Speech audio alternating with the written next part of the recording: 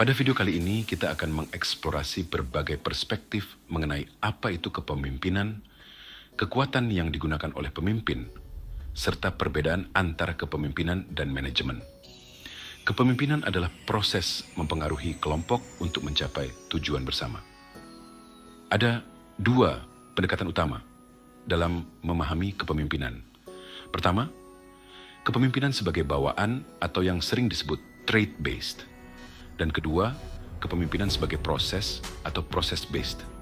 Pertama, pendekatan trait-based leadership. Dalam pendekatan trait-based, kepemimpinan dianggap sebagai karakteristik bawaan, seperti kecerdasan, karisma, atau bahkan faktor fisik. Artinya, hanya individu tertentu yang memiliki sifat-sifat ini yang bisa menjadi pemimpin. Kedua, process-based leadership. Berbeda dengan pendekatan sifat, proses-based memandang kepemimpinan sebagai interaksi yang bisa dipelajari. Di sini, siapapun bisa menjadi pemimpin jika mampu membangun hubungan yang kuat dengan pengikutnya. Pendekatan ini lebih demokratis karena membuka peluang kepemimpinan bagi setiap orang. Selanjutnya, ada dua jenis utama kepemimpinan: assigned leadership dan emergent leadership. Assigned leadership adalah kepemimpinan yang ditetapkan secara formal, biasanya berdasarkan jabatan. Misalnya, seorang CEO, manajer, atau kepala departemen. Mereka diakui sebagai pemimpin karena posisi yang mereka pegang. Di sisi lain, emergent leadership muncul dari reaksi positif dan dukungan kelompok. Kepemimpinan ini tidak bergantung pada posisi formal, melainkan pada perilaku pemimpin yang dianggap inspiratif, seperti inisiatif ide dan kemampuan mendengarkan. Namun, penelitian menunjukkan adanya bias gender dalam kepemimpinan emergen. Misalnya, perempuan seringkali dinilai kurang disukai meskipun mereka menunjukkan pengaruh yang sama dengan pria dalam kelompok campuran. Ada juga teori identitas sosial dalam emergent leadership yang menyatakan bahwa seseorang akan menjadi pemimpin dalam kelompok jika ia mencerminkan identitas atau nilai-nilai yang diinginkan kelompok. Kekuatan atau power adalah kemampuan untuk mempengaruhi orang lain, dan ini adalah elemen utama dalam kepemimpinan. Menurut French dan Raven, ada 6 basis kekuatan yang biasa digunakan pemimpin: referent power, expert power, legitimate power, reward power, coercive power, dan information power.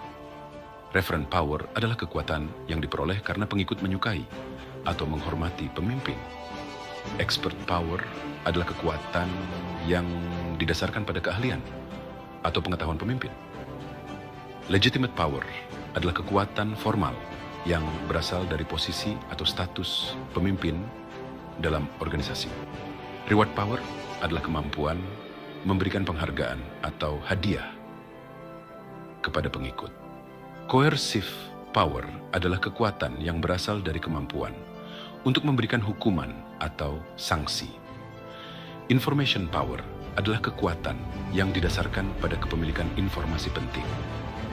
Dalam organisasi, kekuatan dibagi menjadi 2 jenis utama: position power yang berasal dari jabatan formal, dan personal power yang berasal dari kualitas pribadi pemimpin. Penting bagi pemimpin untuk menggunakan kekuatan ini untuk mencapai tujuan bersama, bukan hanya untuk kepentingan pribadi. Koersi adalah penggunaan kekuatan atau ancaman untuk memaksa orang lain melakukan sesuatu. Pemimpin yang mengandalkan koersi seringkali memanfaatkan ancaman atau manipulasi untuk mendapatkan ketaatan. Namun, koersi bertentangan dengan konsep kepemimpinan yang ideal. Kepemimpinan seharusnya berfokus pada pengaruh positif dan kolaborasi, bukan pada paksaan. Pemimpin yang menggunakan koersi umumnya hanya memikirkan tujuan pribadi mereka, bukan kebutuhan pengikut. Selanjutnya, mari kita bicara tentang moralitas dalam kepemimpinan. Ada 2 pandangan utama mengenai hal ini. Pertama, Kepemimpinan sebagai proses netral.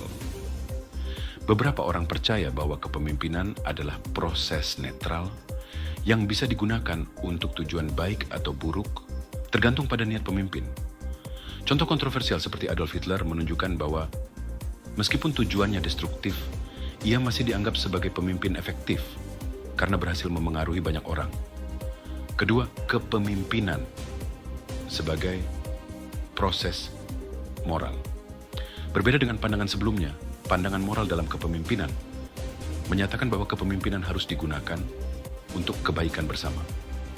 Pemimpin sejati adalah mereka yang mengangkat nilai-nilai moral pengikut. Dari perspektif ini, tokoh seperti Hitler tidak dianggap sebagai pemimpin ideal. Model kepemimpinan transformasional oleh James MacGregor Burns menekankan bahwa pemimpin seharusnya mendorong pengikut untuk mencapai nilai-nilai yang lebih tinggi, seperti keadilan dan kebebasan. Pemimpin yang hanya fokus pada kepentingan pribadi dan manipulatif disebut sebagai pseudo-transformational leaders. Terakhir, ada perbedaan antara manajemen dan kepemimpinan. Fokus manajemen adalah menciptakan stabilitas dan keteraturan melalui perencanaan, pengorganisasian, dan pengendalian. Kepemimpinan lebih berfokus pada perubahan dan adaptasi.